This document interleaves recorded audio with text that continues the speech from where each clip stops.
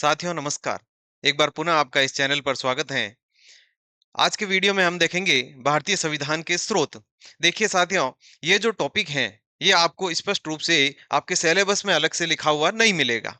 लेकिन आपके जो सिलेबस के अंदर जो भारतीय संविधान है उसमें एक टॉपिक आएगा भारतीय संविधान की विशेषताएं। और विशेषताओं के अंदर ही भारतीय संविधान के स्रोत उसमें शामिल होता है। लेकिन अपन इस टॉपिक से कोई भी प्रश्न बाहर नहीं जाए, इस उद्देश्य से इस टॉपिक को बहुत ही विस्तार पूर्वक अपन चर्चा करेंगे। इसीलिए इस टॉपिक को पूरा अलग ही वीडियो लेकर हम आपके सामने आए हैं। देखिए, इससे पूर्व अपन ने प्रस्तावना पढ़ ली, भारतीय संविधान की अनुसूचियां पढ़ ली, विशेषताएं पढ़ ली और अपनी संविधान सभा पढ़ ली। तो आज एक नए टॉपिक की यार अपन आगे बढ़ रहे हैं। इससे पूर्व अपने जो करंट का वो वीडियो चल ही रहा है, वो अलग से सीरीज आप क्या लेकर आएंगे उसकी भी चर्चा अपन अगले वीडियो में करेंगे। तो देखिए, इस टॉपिक की शुरुआत करते हैं। भारतीय संविधान के स्रोत, ये बहुत ही महत्वपूर्ण टॉपिक है और मिलान करने वाला प्रश्न आपको यहाँ से लगभग मिल जाता है। पिछले यूआरओ का पेपर हुआ था उसमें भी आया था, आरएस के पेपर वगैरह में उनमें से भी पूछे जाते हैं। ये रीट वगैरह फर्स्ट ग्रेड सेकंड ग्रेड सबके लिए उपयोगी है। अब देखिए, अपन शुरुआत करेंगे भारतीय संविधान के स्रोत।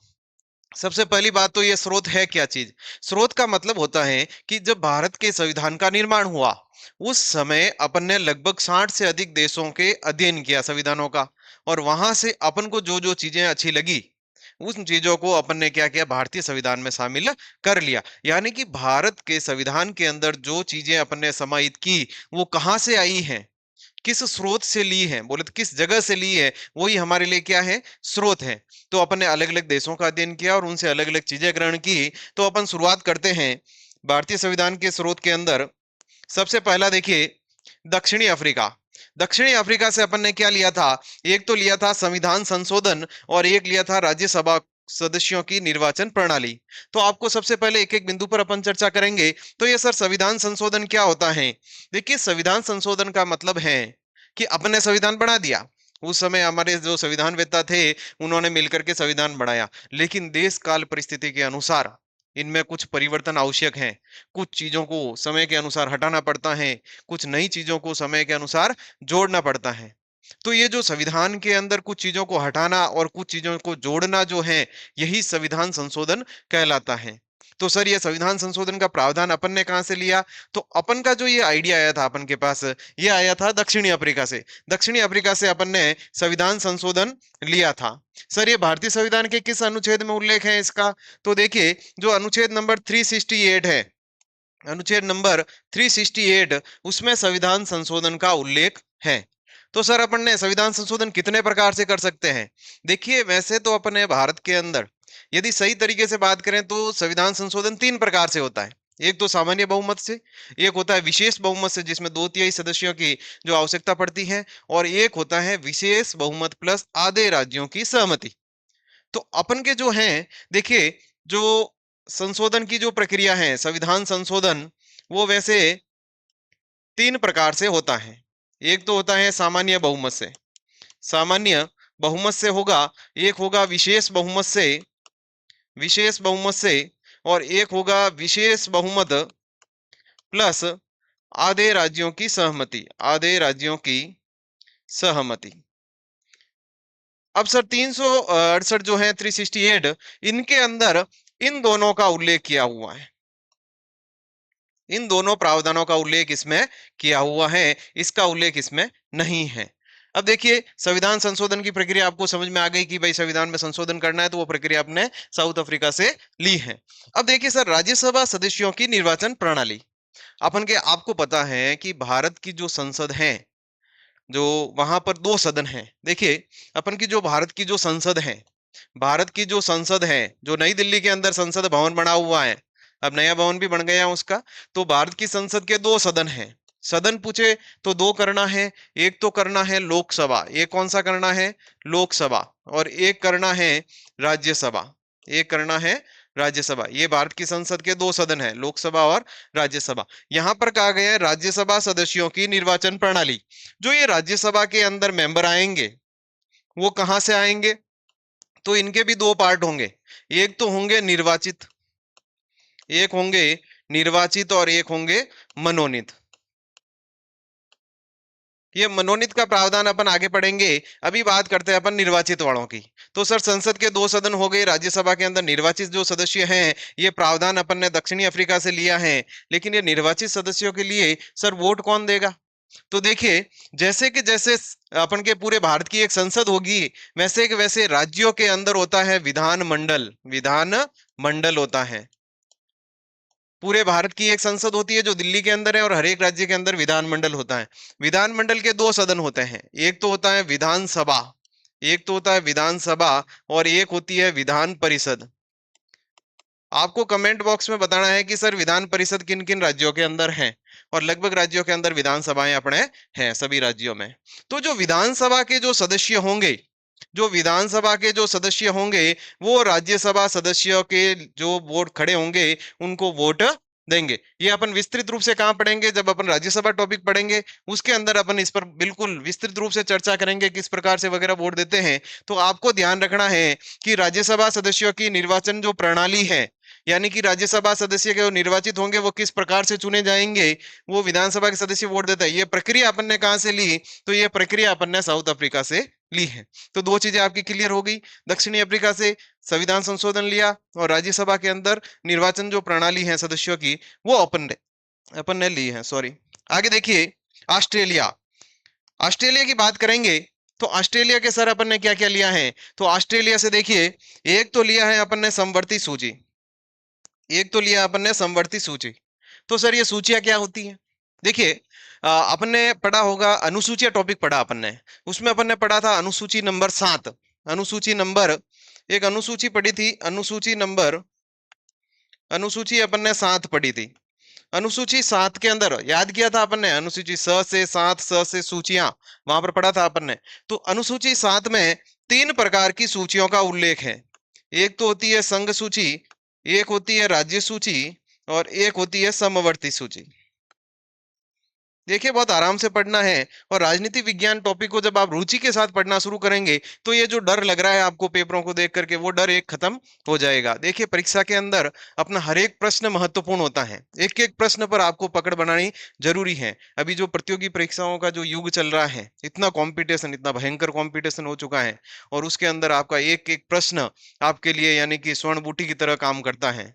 तो आपको बहुत ही मनोयोग के साथ और पूरा ध्यानपूर्वक यदि आप वीडियो देखेंगे, तो आपका प्रश्न गलत नहीं होगा। बिल्कुल सारी चीजें मैं एक साथ बताते हुए चलूंगा। देखिए, अनुसूची अपन ने पढ़ा था, अनुसूची नंबर 7 के अंदर पढ़ा था कि सूचियां होती हैं। सूचियां 3 प्रकार की होती है, संघ सूची, राज्य सूची और समवर्ती सूची। संघ सूची पर जो कानून बनाता है वो केंद्र की सरकार बनाएगी, राज्य सूची पर कानून राज्य की सरकार बनाएगी, और समवर्ती सूची पर जो कानून बनाएगी वह केंद्र और राज्य सरकार दोनों बना सकती है। लेकिन यदि मान लो विवाद हो गया तो सर, तो मान लो विवाद हो जाता है, तो फिर संघ सरकार का कानून उसमें मान्य होता है। इन चीजों पर अपन ने पहले भी चर्चा कर चुके हैं। तो देखिए, ये जो सूचियां हैं, समवर्ती सूची, ये वाली सूची समवर्ती सूची, ये अपन ने जो प्रावधान लिया है, ये अपन ने ऑस्ट्रेलिया से लिया है। कई बार पूछा गया प्रश्न है, तो इसको याद रखना है। आगे देखिए, संसद के दोनों सदनों की संयुक्त बैठक। जब देखिए सर, ये संयुक्त बैठक क्या होती है, तो मैं आपको बताना चाहूंगा साथियों कि संयुक्त बैठक का मतलब होता है जब कोई साधारण विधेयक मान लो संसद के अंदर जाता है, संसद में पारित होना है। तो आपको पता है कि जब भी कानून बनेगा, तो एक लोकसभा राज्यसभा दोनों से पारित होने के बाद राष्ट्रपति जी के हस्ताक्षर होते हैं, और उसके बाद में वह कानून बनता है। ये प्रक्रिया आपको पता है। तो देखिए, मान लो कोई भी विधेयक लेकर आए, लेकिन उस पर राज्यसभा और लोकसभा में असहमति होगी, उन पर सहमति बनी नहीं, विवाद पैदा हो गया, अब वो पारित नहीं हो पा रहा है, तो उसके लिए क्या करेंगे अपन? तो दोनों सदनों को एक साथ बैठाएंगे। दोनों सदनों को एक साथ बैठाएंगे, तो वो जो दोनों सदन एक साथ बैठते हैं, वही क्या है? संयुक्त बैठक है। वही क्या है? संयुक्त बैठक। संसद के दोनों सदनों, 2 सदन ही है, आपको ये मैंने बताया था, एक तो लोकसभा और एक राज्यसभा, दोनों सदनों की संयुक्त बैठक का जो प्रावधान लिया अपन ने, वो कहां से लिया है? ऑस्ट्रेलिया से। देखिए, संयुक्त बैठक का प्रावधान अनुच्छेद नंबर 108 के अंदर है। अनुच्छेद नंबर 108 के अंदर है। क्या सर आपको याद की कर करो? तो देखो, सीधो सो है, जब जन में लड़ाई रह जानी, 2 जने एक जगह बैठे हैं, जना एक जगह मत आइन बैठे, यानी कि संयुक्त रूप बैठे, आइन बैठे, मान लो कोई बात मत लड़ी रहेगी, ठोका पिंजा रहेगी, और कि नहीं लागी, तो कहीं बुलावनी पड़ी, 108 ने फोन करो, एम्बुलेंस आई। तो संयुक्त बैठक, देखिए संयुक्त बैठक जब भी एक साथ बैठते हैं और लड़ाई हो जाती है मान लो, और फिर किसको बुलाना पड़ता है? मान लो खून का पड़ा हो गया तो फिर एम्बुलेंस को बुलाना पड़ेगा 108 को कॉल करके।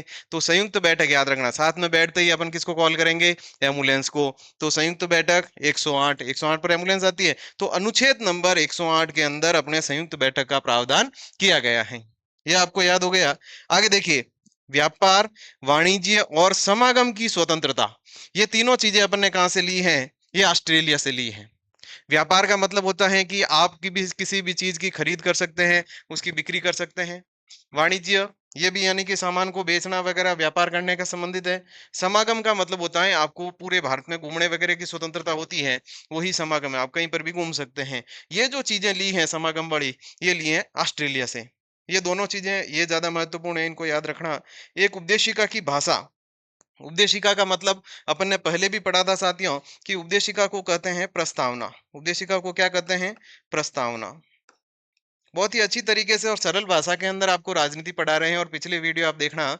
और उपदेशिका को देखिए प्रस्तावना भी कहते हैं। और प्रस्तावना की जो भाषा है, देखो प्रस्तावना पर अलग अलग तरीके से सवाल बढ़ेंगे कि प्रस्तावना का विचार अपन ने कहां से लिया। तो प्रस्तावना का जो विचार है यानी कि अपने दिमाग में कहां से आई कि ये प्रस्तावना होनी चाहिए।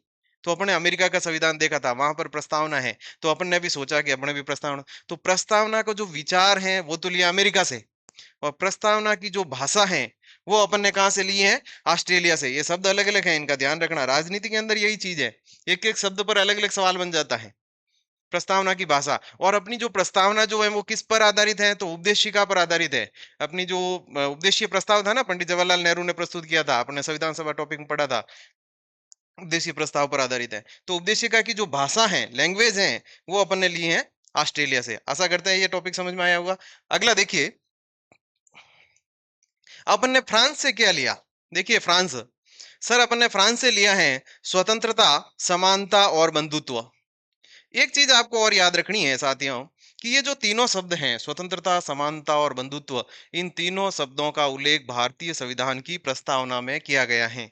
भारतीय संविधान की जो प्रस्तावना है उसके अंदर, प्रस्तावना के अंदर इन तीनों शब्दों का उल्लेख, प्रस्तावना में उल्लेख है इनका।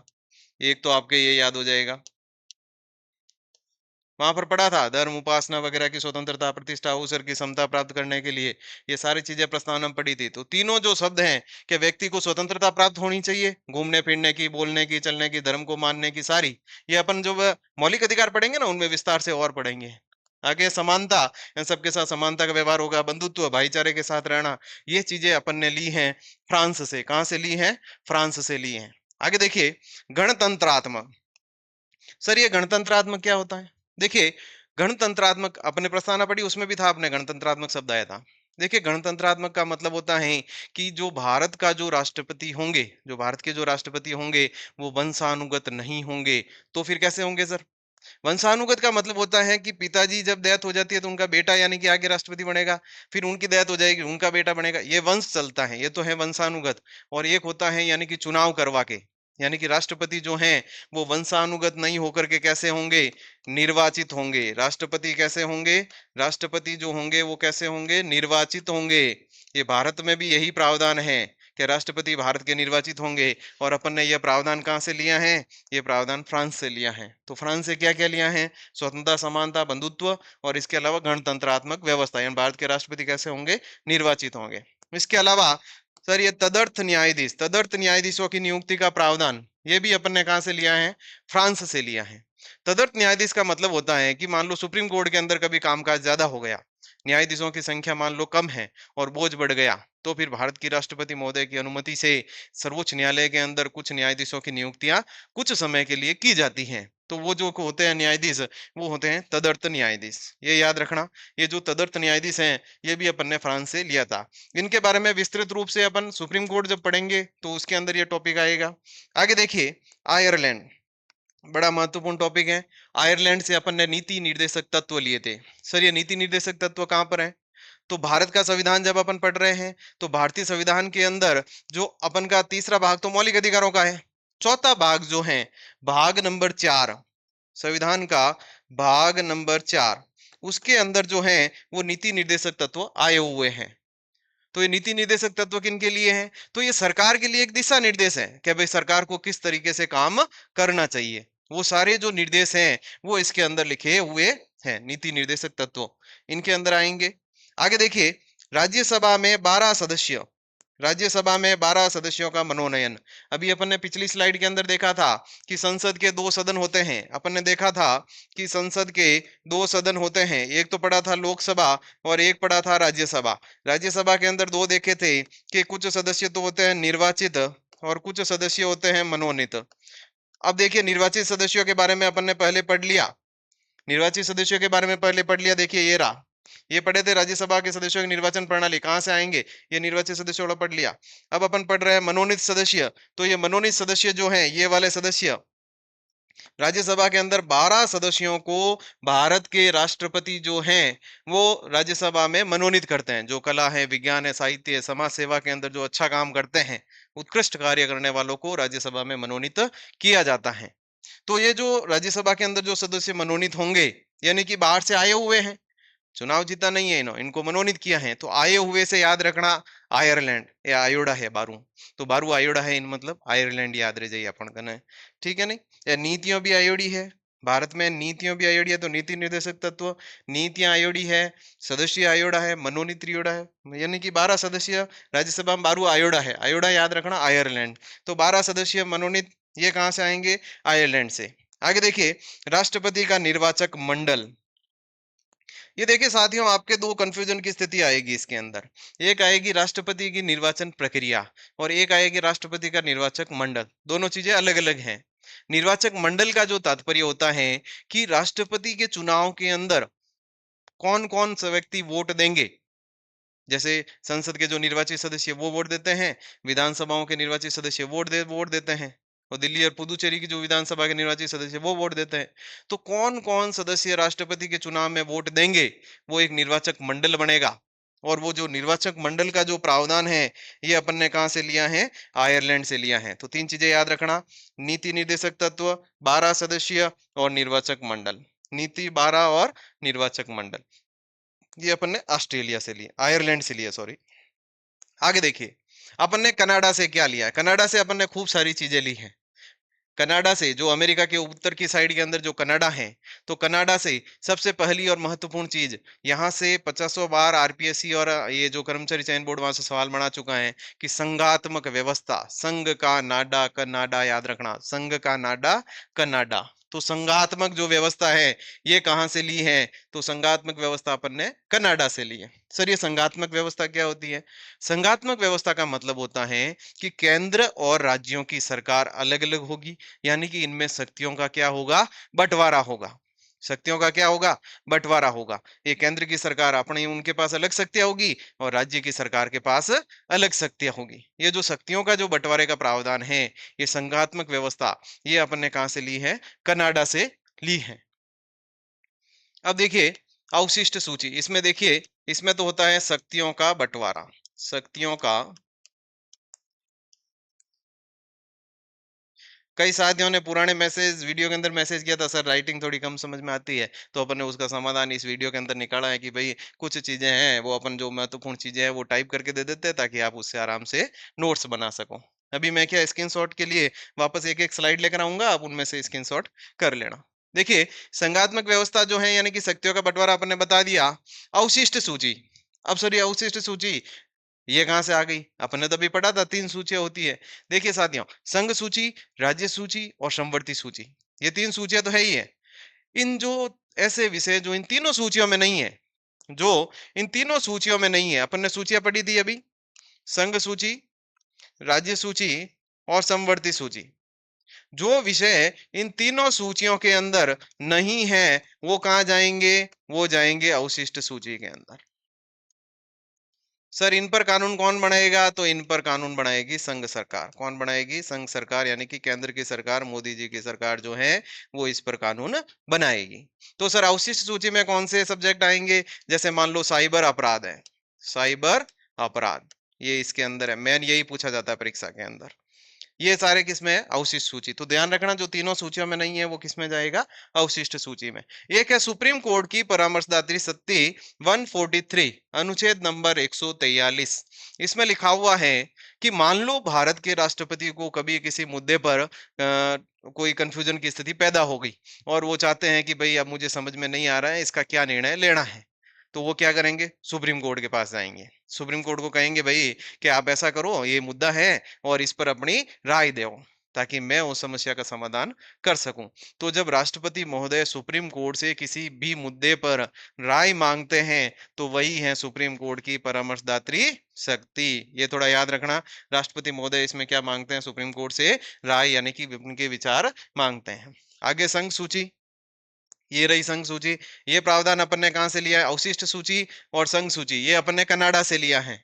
संवर्ती सूची का याद हो गया ना, ऑस्ट्रेलिया से, वो ऑस्ट्रेलिया से लिया था संवर्ती सूची। आगे देखिए, राज्यपाल की नियुक्ति की प्रक्रिया। अब यानी कि भारत के अंदर राज्यपाल होते हैं प्रत्येक राज्य के अंदर। जैसे अपनी देखो दो सरकारें आपको याद रखनी है। पूरे भारत की एक सरकार जो नई दिल्ली के अंदर बैठती है वो पूरे भारत पर शासन करती है, और एक राज्यों की सरकार जैसे राजस्थान की अलग हो गई, गुजरात की अलग हो गई, महाराष्ट्र की अलग हो गई, यूपी की अलग हो गई। ये राज्यों की सरकार हो गई। अब केंद्र की सरकार के अंदर राष्ट्रपति होते हैं, वैसे वैसे राज्य की सरकार में कौन होंगे? राज्यपाल होंगे। वहां पर प्रधानमंत्री होते हैं तो यहाँ पर मुख्यमंत्री होंगे। तो ये राज्यों के अंदर जो राज्यपाल जो हैं, इनकी नियुक्ति अपन कैसे करेंगे? ये जो प्रावधान है राज्यपाल की नियुक्ति का प्रावधान, ये अपन ने कहां से लिया था? कनाडा से लिया था। तो आपको याद रखना है भारत के अंदर जो राज्यपाल होते हैं, भारत में भारत के अंदर भारत में जो राज्यपाल होते हैं अलग अलग राज्यों के अंदर, उनकी नियुक्ति कौन करता है? राज्यपाल। उनकी नियुक्ति कौन करता है? भारत के राष्ट्रपति महोदय करते हैं। ये याद रखना। ठीक है भाई। आगे देखिए, जब अपन राज्यपाल पढ़ेंगे तो और विस्तार से पढ़ेंगे। राज्यपाल किसी विधेयक को राष्ट्रपति हेतु आरक्षित रख सकता है। यानी कि मान लो कोई विधेयक राज्य की विधानसभा के अंदर पारित हुआ। अब पारित होने के बाद कहां जाएगा? राज्यपाल महोदय के पास जाएगा। राज्यपाल महोदय उस पर साइन करते हैं और फिर उस पर कानून बन जाता है। जैसे वहां पर राष्ट्रपति महोदय साइन करते हैं, राज्यों के अंदर राज्यपाल महोदय साइन करते हैं। तो अब समस्या ये पैदा हो गई, मान लो राज्य की विधानमंडल ने, विधानसभा विधान परिषद जो दो सदन होते हैं, उन्होंने कोई विधेयक पारित करके राज्यपाल के पास भेजा। राज्यपाल महोदय को लगा यार ये तो मामला गलत है, ये तो केंद्र से संबंधित चीजें हैगी, है या नहीं है, इसमें तो उनकी राय लेनी जरूरी है। तो वो क्या करेंगे? उस विधेयक पर साइन नहीं करेंगे। तो सर उसका क्या करेंगे? तो वो क्या करेंगे कि अनुच्छेद नंबर 200, अनुच्छेद नंबर सीधा सा याद रखना, अनुच्छेद नंबर 200 के तहत उस यानी कि जो विधेयक को क्या कर देंगे? राष्ट्रपति हेतु आरक्षित रख लेंगे, दिल्ली में भेज देंगे उनको राष्ट्रपति महोदय के पास। वापस देखिए, राज्यपाल महोदय के पास कोई विधेयक आया साइन करने के लिए, उन्होंने उस पर साइन नहीं किए और राष्ट्रपति हेतु आरक्षित रख लिया, क्या भाई इसको दिल्ली भेजना, वहां से अनुमति लेंगे इस पर। तो ये जो प्रावधान है ये अनुच्छेद 200 में लिखा हुआ है और ये अपन ने कहां से लिया है? कनाडा से लिया है। आगे देखिए, राज्यों के संघ की परिकल्पना, यानी कि जो अपना जो भारत है वो अलग अलग राज्यों से मिलकर के एक संघ बनेगा। ये भी अपने परिकल्पना कहां से ली है? ये भी अपन ने कनाडा से ली है। केंद्र राज्य संबंध, केंद्र और राज्यों के मध्य किस प्रकार से संबंध रहेंगे, यानी कि मजबूती के साथ कैसे अपन देश को आगे बढ़ा सकते हैं दोनों मिलकर के, वो भी अपन ने वहीं से लिए हैं। अर्ध संघात्मक सरकार, यहाँ पर देखिए अपन ने विशेषताओं के अंदर पढ़ा था एकात्मक और संघात्मक। एकात्मक यानी कि पूरे शक्ति एक के पास चली जाती है और संघात्मक में केंद्र और राज्य के मध्य शक्तियां बढ़ जाती है। तो दोनों का भारत के अंदर मिश्रण है, उसे कहते हैं अर्ध संघात्मक। ये भी अपन ने वहीं से लिया। और सशक्त केंद्र के साथ संघीय व्यवस्था, यहाँ पर भारत के अंदर राज्यों से ज्यादा केंद्र को शक्तियां प्रदान है।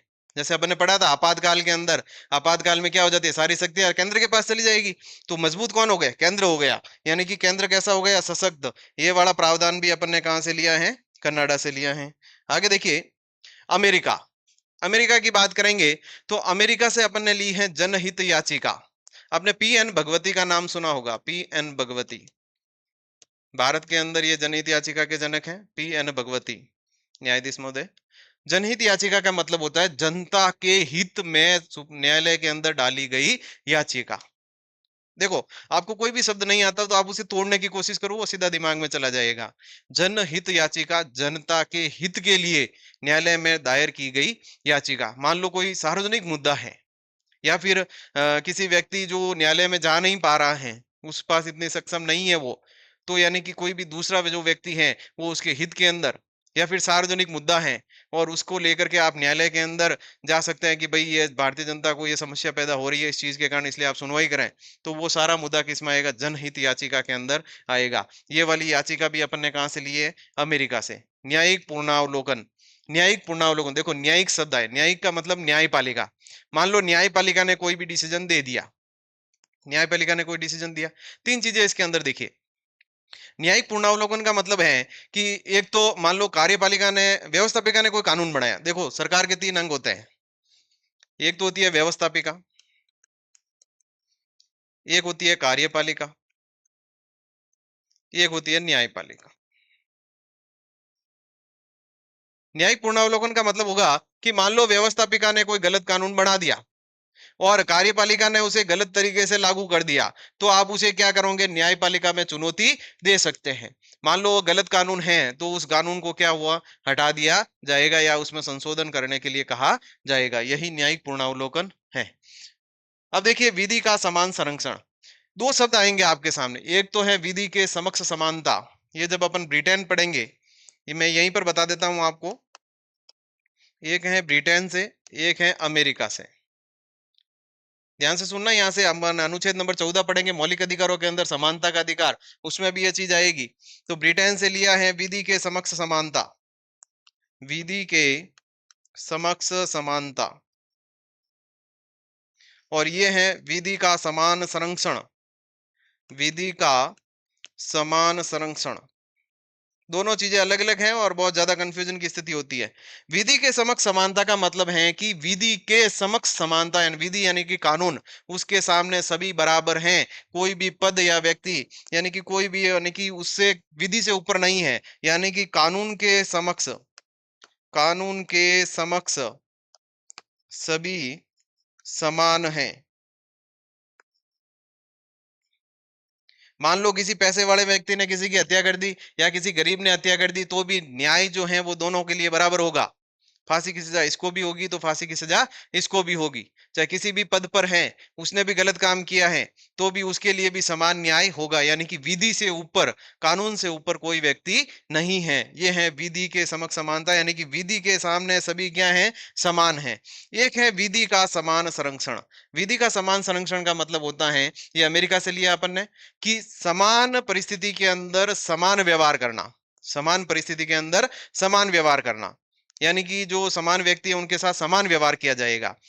इसमें एक समस्या ये हो गई कि मान लो समान परिस्थिति के अंदर समान व्यवहार करना, मान लो कोई विकलांग है, मान लो कोई विकलांग है, दिव्यांग है, और एक कोई सामान्य पुरुष है, तो ये कहता है कि भाई इन दोनों के साथ समान व्यवहार नहीं करना। मान लो विकलांग और विकलांग के साथ समान व्यवहार करना, और सामान्य के साथ समान व्यवहार करना।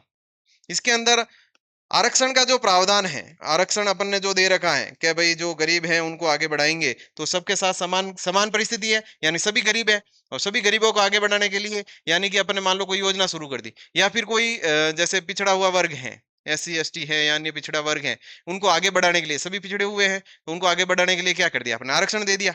तो वो क्या है? समान परिस्थिति है सबकी, तो समान परिस्थिति के अंदर सबके साथ क्या किया है? समान व्यवहार किया है। तो यही है समान परिस्थिति में समान व्यवहार, यह है विधि का समान संरक्षण।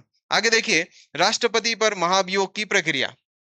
आपको पता है भारत के जो राष्ट्रपति महोदय होते हैं उनको हटाने के लिए महाभियोग की प्रक्रिया अपनाई जाती है। सर ये महाभियोग क्या है? तो महाभियोग की प्रक्रिया के तहत 1/4 सदस्य, कितने सदस्य? संसद के, यानी कि कोई भी सदन के, लोकसभा हो चाहे राज्यसभा, उसके 1/4 सदस्य यदि 14 दिन की पूर्व सूचना के आधार पर कोई भी प्रस्ताव लेकर आते हैं, पूर्व सूचना के आधार पर कोई भी प्रस्ताव लेकर आते हैं, पहले प्रस्ताव लाने के लिए कितने चाहिए? 1/4 सदस्यों की सहमति चाहिए। फिर वो प्रस्ताव लेकर आए और वह 2/3 बहुमत से, 2/3 बहुमत से प्रत्येक सदन, यानी कि दोनों सदनों के अलग अलग पारित हो जाता है, पारित हो जाता है, तो फिर राष्ट्रपति महोदय को क्या करना पड़ता है? त्याग पत्र देना पड़ता है। यह है महाभियोग की प्रक्रिया। इसको विस्तार से अपन पढ़ेंगे बाद के अंदर, आगे राष्ट्रपति के अंदर, टॉपिक के अंदर। तो 1/4 सदस्य यदि किसी सदन में प्रस्ताव लाते हैं और फिर 2/3 बहुमत से प्रत्येक सदन में उसको पारित कर दिया जाता है, तो फिर राष्ट्रपति महोदय को त्याग पत्र देना पड़ता है। ये महाभियोग की प्रक्रिया, ये अपन ने अमेरिका से ली है। आगे है वित्तीय आपातकाल के प्रभाव। अनुच्छेद नंबर जो 360 है, उसके यानी कि वित्तीय आपातकाल का प्रावधान है, उससे क्या क्या है वो संबंधित भी, यानी कि जो उनसे क्या क्या प्रभाव पड़ेगा वो चीजें भी अपन ने वहीं से ली। मेन है मूल अधिकार। अब देखिए इसको याद कैसे करेंगे, इसको पीछे भी बताया था मैंने कि सर अमेरिका जो है वो सब पर अधिकार करना चाहता है, सभी देशों पर अधिकार करना चाहता है। तो याद रखना मूल अधिकार, अधिकार करना चाहता है कौन, अमेरिका। तो याद रखना अमेरिका से अपन ने लिया है मूल अधिकार या मौलिक अधिकार भी कह सकते हैं इनको। मूल अधिकार देखिए इनका जो उल्लेख है वो सारी चीजें मैं एक बार हटा देता हूं ताकि लिखने के अंदर आपको आसानी रहेगी। देखिए मूल अधिकार जो है वो भारतीय संविधान के अंदर, वैसे मूल अधिकार अपन पूरा अलग से 3-4 वीडियो के अंदर वो पूरा होगा, बहुत ही महत्वपूर्ण टॉपिक है और हर एग्जाम में पूछा जाता है। तो मैं सामान्य सी जानकारी आपको मौलिक अधिकारों के बारे में दे दूं। तो जो मौलिक अधिकार हैं, मौलिक अधिकार, जो मौलिक अधिकार हैं ये संविधान के भाग नंबर 3 के अंदर है। भाग नंबर 3 के अंदर है, अनुच्छेद नंबर है 12 से लगा करके 34 तक। ठीक है ना भाई। तो कितने मौलिक अधिकार है सर मूल संविधान के अंदर, मूल संविधान में 7 थे और वर्तमान की बात करें तो वर्तमान के अंदर 6 मौलिक अधिकार है। कितने मौलिक अधिकार हैं, 6। सर ये एक कहाँ चला गया, ये गायब हो गया क्या, ये गायब हो गया, इसे हटा दिया गया था 44वें संविधान संशोधन द्वारा संपत्ति के अधिकार को। इन पर सारी चीजों के बारे में विस्तृत व्याख्या अपन आगे जो अपन के मौलिक अधिकार टॉपिक आएगा उन पर करेंगे। तो आपको याद रखना मौलिक अधिकार अमेरिका से लिए।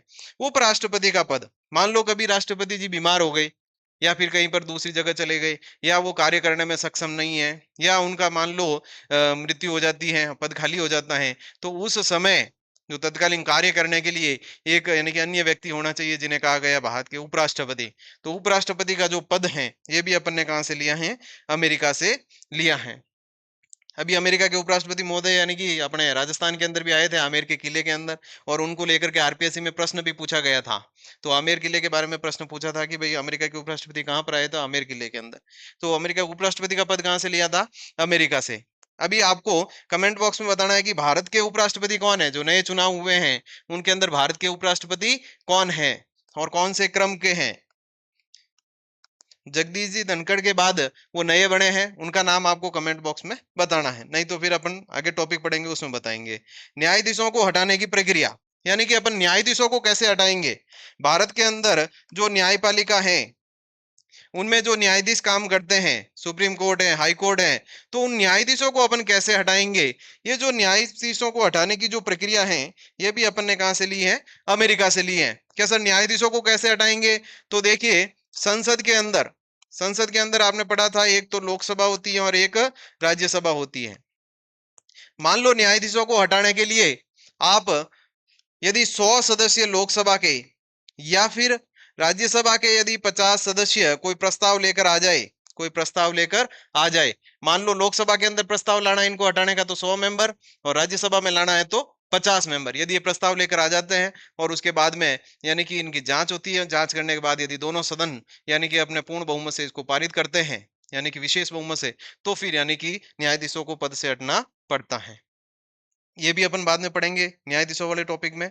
एक है उपदेशिका का विचार, मैंने कहा था उपदेशिका की भाषा अपन ने अलग जगह से ली है और उपदेशिका का विचार अपने दिमाग में कहां से आया कि अपने एक उपदेशिका होनी चाहिए, ये चीज अपन ने कहां से ली है, अमेरिका से ली है। न्यायपालिका की सर्वोच्चता, देखिए भारत के अंदर वैसे यदि बात करें,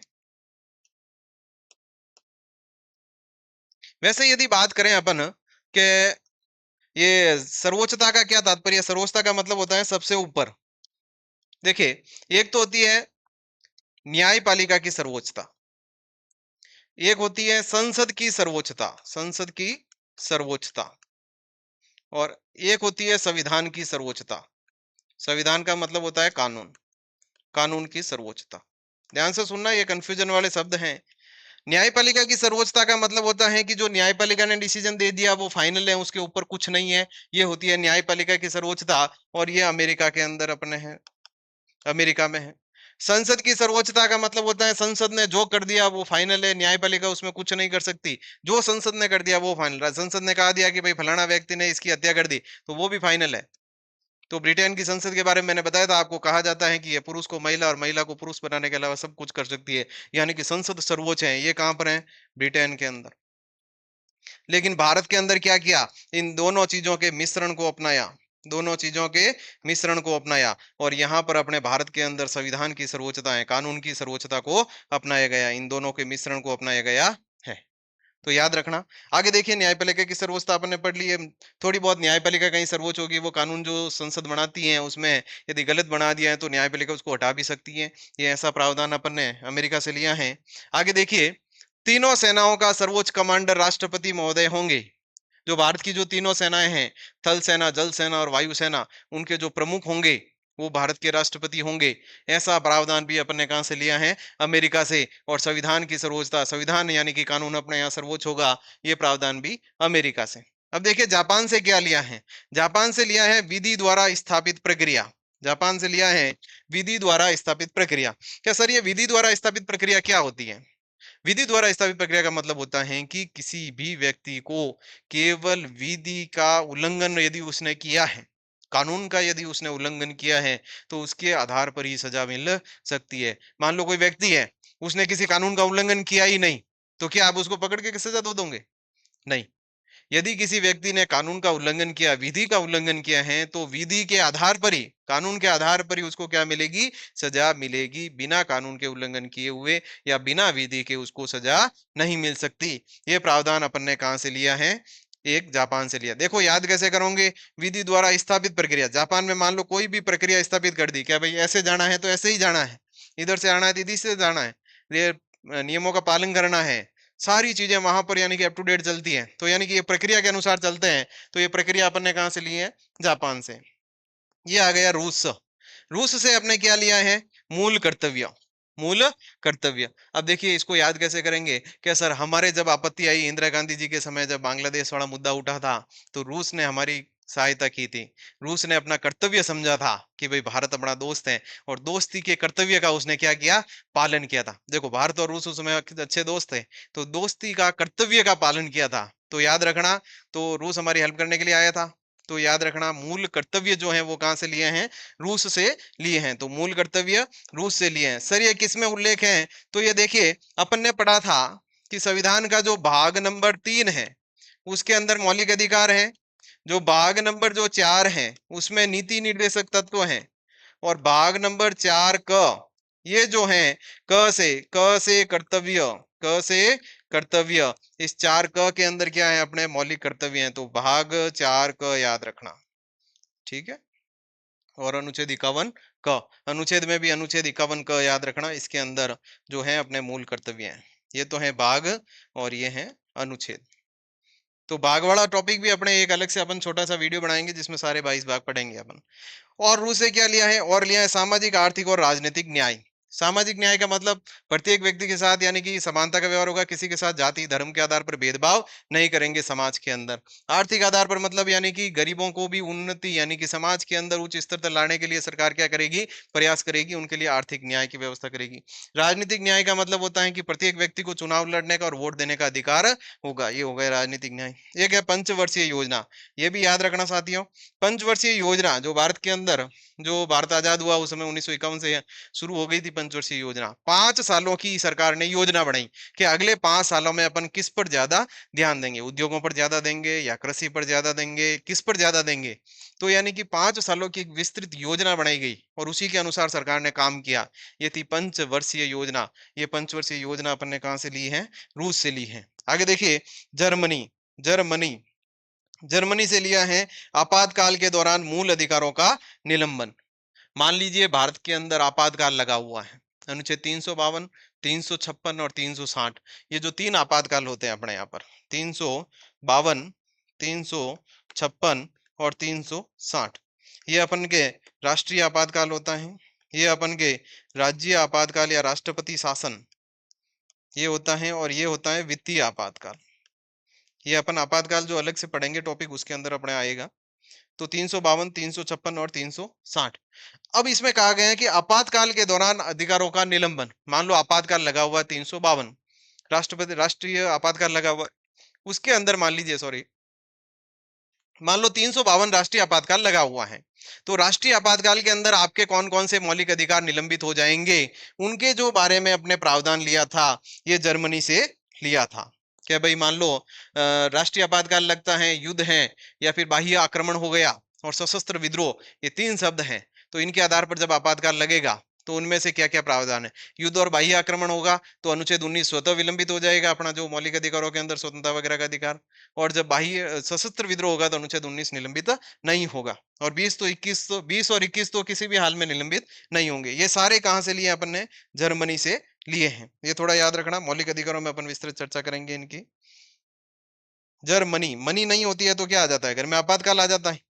जर्मनी याद रखना, जब अपने पास मनी नहीं होती है, पैसे, तो अपने पास क्या आ जाता है, आपातकाल आ जाता है, आपात स्थिति आ जाती है। और आपात स्थिति में क्या चाहिए, मनी चाहिए। आगे देखिए, ब्रिटेन, ब्रिटेन से अपन ने एकल नागरिकता का प्रावधान लिया है। एकल नागरिकता के पूरे भारत की एक ही नागरिकता होगी, राज्यों की अलग नागरिकता नहीं होगी। अमेरिका में सिस्टम है, अमेरिका के अंदर यानी कि पूरे अमेरिका की अलग नागरिकता है और उनके राज्यों की अलग अलग नागरिकता है। लेकिन अपन ने ये एकात्मकता वाला प्रावधान अपनाया था, ब्रिटेन से लिया कि भाई हमें एकल नागरिकता वाला प्रावधान लेना है, पूरे भारत की एक ही नागरिकता रखेंगे। तो एकल नागरिकता का प्रावधान कहां से लिया है, ब्रिटेन से। विधि के समक्ष समानता मैंने बता ही दिया था, विधि के समक्ष सभी समान होंगे, कोई भी विधि से ऊपर नहीं है। संसदीय प्रणाली, यहां पर यानी कि संसद चलेगी, संसद कानून निर्माण करेगी और उसके अंदर व्यवस्थापिका, कार्यपालिका और न्यायपालिका 3 अंग होंगे उसके। यानी कि जो संसद जो है, ये प्रक्रिया, जो संसद के अंदर लोकसभा और राज्यसभा 2 सदन होंगे, लोकसभा और राज्यसभा, और ये मिलकर के क्या बनाएंगे, कानून बनाएंगे। ये प्रणाली अपन ने यहीं से ली है। मंत्रिमंडल व्यवस्था, यानी कि भारत के अंदर मंत्रिमंडल होगा जिसके अंदर एक प्रधानमंत्री होंगे और बाकी कुछ मंत्री होंगे और वो एक सरकार बनेगी। तो ये प्रावधान भी अपन ने कहां से लिया, ब्रिटेन से। यानी कि जो कानून बनाने से संबंधित और कानून को लागू करने से संबंधित सारी चीजें, लगभग जो चीजें हैं, वो अपन ने ब्रिटेन से ली है। द्विसदनात्मक व्यवस्था, लोकसभा राज्यसभा वाला आ गया। संसदीय विशेषाधिकारों का प्रावधान, संसद के जो सदस्य हैं, संसद के जो सदस्य हैं उनको कुछ विशेष अधिकार दे दिए कि भाई आप सदन में कोई भी यानी कि बातचीत करेंगे तो उसके आधार पर आपको सजा नहीं मिल सकती। उनको यानी कि कुछ विशेष प्रावधान उपलब्ध करा दिया ताकि वो स्वतंत्र रूप से यानी कि वहां पर कार्य कर सके। तो ये संसदीय विशेषाधिकार का प्रावधान। महान्यायवादी का पद, महान्यायवादी यानी कि भारत के जो सर्वोच्च यानी कि विधिवेत्ता होते हैं महान्यायवादी, ये यानी कि कानूनी सलाह देते हैं सरकार को। ये पद भी अपन ने कहां से लिया है, ब्रिटेन से लिया है। विधि निर्माण की प्रक्रिया, कानून कैसे बनेगा, किन किन चरणों से होकर गुजरेगा, प्रथम चरण, द्वितीय चरण, तृतीय चरण, ये सारी चीजें अपन ने कहां से ली है, ये ब्रिटेन से ली है। First past the post system, first past the post system का मतलब होता है जैसे अपने लोकसभा चुनाव के अंदर और विधानसभा चुनाव में ये प्रक्रिया अपनाई जाती है। इसमें क्या होता है कि मान लीजिए एक व्यक्ति है ए नाम का, फिर बी नाम का और सी नाम का और डी नाम का, ये 4 व्यक्ति हैं। ये मान लीजिए लोकसभा सदस्य के लिए चुनाव लड़ते हैं। ये कहते हैं भाई मुझे क्या बनना है, लोकसभा मेंबर बनना है, एमपी बनना है, मेंबर ऑफ पार्लियामेंट, लोकसभा के अंदर चुनाव जीत के जाना है। मान लीजिए चुनाव हुए, तब इसको मान लीजिए 500 वोट मिले, इसको मान लीजिए 1000 वोट मिले, इसको मान लीजिए 1250 वोट मिले और इसको मान लीजिए 700 वोट मिले। तो अब बताइए इसमें से लोकसभा सदस्य कौन बनेगा। तो इसमें से जिसको सबसे ज्यादा वोट प्राप्त होंगे वो क्या बनेगा, लोकसभा मेंबर बनेगा। तो सबसे ज्यादा वोट किसको प्राप्त हुए, सी को प्राप्त हुए, तो ये सी क्या बन गया, लोकसभा सदस्य बन गए। यानी कि जिसको सबसे ज्यादा वोट मिलेंगे वो क्या बनेगा, सदस्य बनेगा, यानी कि वो चुनाव जीत जाएगा। या अग्रता ही विजेता, जो सबसे आगे रहेगा वो विजेता होगा। ये प्रावधान first past the post system कहां से लिया अपन ने, ब्रिटेन से। विधायिका में अध्यक्ष की भूमिका, यानी अध्यक्ष यानी कि विधायिका में जब अपनी संसद यानी कि बैठती है, लोकसभा का जो अध्यक्ष है वो क्या क्या काम करेगा, किस प्रकार की उसकी भूमिका रहेगी, यानी कि जो वो सारे प्रावधान अब भी अपन ने कहां से लिए हैं, ये अपन ने ब्रिटेन से। आगे देखिए, परमाधिकार लेख, आपके मौलिक अधिकारों का उल्लंघन हो जाता है तो इसे रिट भी कहते हैं। यदि मान लीजिए मौलिक अधिकारों का उल्लंघन हो गया तो आपके जो न्यायालय के अंदर जा सकते हैं, वहां से आपके लिए अलग अलग प्रकार की रिटें जारी हो, परमादेश, उत्प्रेषण, अधिकार प्रस्ताव वगैरह। तो वो सारे प्रावधान भी अपन ने कहां से लिए हैं, ब्रिटेन से। औपचारिक प्रधान के रूप में राष्ट्रपति, यानी कि भारत के अंदर 2 प्रकार की यानी कि जो अपनी कार्यपालिका होती है, एक तो होते हैं जैसे कि वास्तविक कार्यपालिका, एक होती है औपचारिक कार्यपालिका। औपचारिक कार्यपालिका का मतलब होता है कि यानी कि ये नाम, औपचारिक को नाम मात्र भी कह सकते हैं, नाम मात्र, यानी इनका केवल नाम चलता है, यानी केवल साइन साइन चलते हैं इनके। ये होते हैं भारत के राष्ट्रपति। और जो वास्तविक जो कार्यपालिका है, जो वास्तविक जो कार्यपालिका है, यानी कि जिनके पास सारी शक्तियां हैं, वो है भारत के प्रधानमंत्री। कौन है, प्रधानमंत्री। यानी कि सारी शक्तियां प्रधानमंत्री के पास होगी, राष्ट्रपति का केवल औपचारिक होंगे, केवल नाम नाम चलेगा, केवल सील और साइन चलेंगे। ये प्रावधान भी अपन ने कहां से लिया है, ब्रिटेन से लिया है। एक है सामूहिक उत्तरदायित्व का प्रावधान। सामूहिक उत्तरदायित्व का प्रावधान का मतलब होता है कि सारे या तो एक साथ तैरेंगे या फिर सारे एक साथ डूबेंगे। इसका मतलब क्या हुआ सर? भारत के अंदर जो मंत्रिमंडलीय व्यवस्था है, मान लीजिए किसी एक मंत्री के विरुद्ध अविश्वास प्रस्ताव आ गया, कोई गलत काम किया, अविश्वास प्रस्ताव आ गया उनको हटाने के लिए। तो यदि मान लीजिए एक मंत्री के खिलाफ अविश्वास प्रस्ताव आता है, तो फिर उस मंत्री को तो त्यागपत्र देना ही देना है, सारी पूरी मंत्रिमंडल को त्यागपत्र देना पड़ेगा। इसमें क्या होता है सामूहिक उत्तरदायित्व में, एक मान लीजिए मंत्री के विरुद्ध, एक मंत्री के विरुद्ध यदि अविश्वास प्रस्ताव पारित हो जाता है, अविश्वास प्रस्ताव क्या हो जाता है, पारित हो जाता है, तो क्या होना पड़ता है, तो संपूर्ण जो मंत्री परिषद है, संपूर्ण मंत्री परिषद को, संपूर्ण मंत्री परिषद को क्या करना पड़ेगा भाई, त्याग पत्र देना पड़ेगा, सबको जाना पड़ेगा वहां से। आगे बात समझ में? आगे देखिए, मान लीजिए कैबिनेट की बैठक हो रही है, उसके अंदर यानी कि मंत्रियों में मतभेद हो गए, कोई इस पर सहमत नहीं हुआ किसी मुद्दे पर, लेकिन बाहर आकर के वो सारे एकजुट हो रहेंगे, एक ही बात पर कायम रहेंगे। आगे बात समझ में? ये भी यानी कि यही है, ये सामूहिक उत्तरदायित्व, सबका एक ही समान उत्तरदायित्व होगा। आगे देखिए, अब है भारत शासन अधिनियम 1935 से अपन ने क्या क्या लिया है। एक तो जो लोक सेवा आयोग, सबसे ज्यादा बार पूछा गया प्रश्न यही है, और सबसे ज्यादा जो प्रावधान है, अधिकतम प्रावधान अपन ने यहीं से लिए हैं, अधिकतम जो प्रावधान है संविधान के वो यहीं से लिए हैं। आगे देखिए, राज्यपाल का कार्यालय, ये भी यानी कि यहीं से लिया है राज्यपाल के बारे में।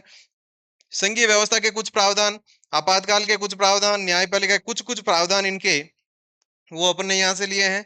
शक्तियों के वितरण की तीनों सूचियां, वैसे तो सूचियां अपन ने अलग अलग जगह से लिए, लेकिन उसमें कुछ कुछ प्रावधान जो हैं वो इस एक्ट से लिए हैं। और जो प्रशासनिक विवरण है, यानी किस प्रकार से अपना प्रशासन चलेगा, ये सारी चीजें अपन ने कहा से ली है, 1935 के एक्ट से। आगे देखिए, अब इन सारी चीजों पर अपन ने बात की, ये सारे स्रोत थे भारतीय संविधान के।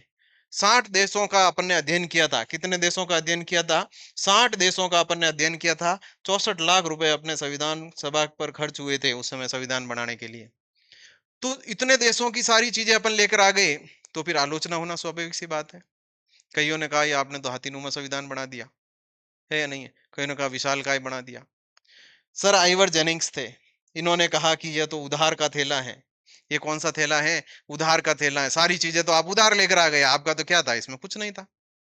आपने फलाना चीज वहां से ले ली, संवर्ती सूची ऑस्ट्रेलिया चले गए, संविधान संशोधन आप साउथ अफ्रीका चले गए, मौलिक अधिकारों के लिए आप अमेरिका चले गए, उपराष्ट्रपति के लिए आप अमेरिका चले गए, हैं? राज्यपाल की जो है यानी कि नियुक्ति प्रक्रिया आप कनाडा चले गए, संघात्मक व्यवस्था वहां से ले ली, संसदीय व्यवस्था आपने ब्रिटेन से ले ली। तो फिर आपके पास क्या था?